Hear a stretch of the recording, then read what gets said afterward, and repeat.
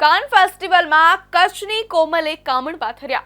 78માં કાન ફિલ્મ ફેસ્ટિવલના છેલ્લા દિવસે પણ કચ્છના ગાંધીધામની વતની અને બોલિવૂડ ફિલ્મ માય ફાધર ઇકબાલમાં લીડ રોલ કરનારી ગુજરાતી એક્ટ્રેસ કોમલ ઠક્કરે પોતાની સુંદરતાથી સૌના મન મોહી લીધા હતા।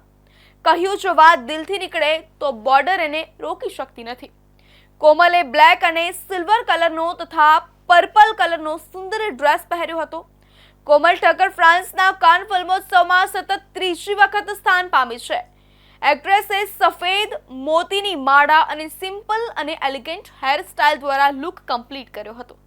એક્ટ્રેસે રેડ કાર્પેટ પર વોક કરીને કચ્છની સાથે સમગ્ર ગુજરાતનું ગૌરવ વધાર્યું છે। વર્ષ 2022 અને 2023માં પણ કોમલે કાન ફેસ્ટિવલમાં સૌંદર્યના કામણ પાથર્યા હતા। હોલિવૂડના દિગ્ગજ કલાકારો સાથે રેડ કાર્પેટ પર વોક કરીને કચ્છની સાથે સમગ્ર ગુજરાતનું ગૌરવ વધાર્યું છે।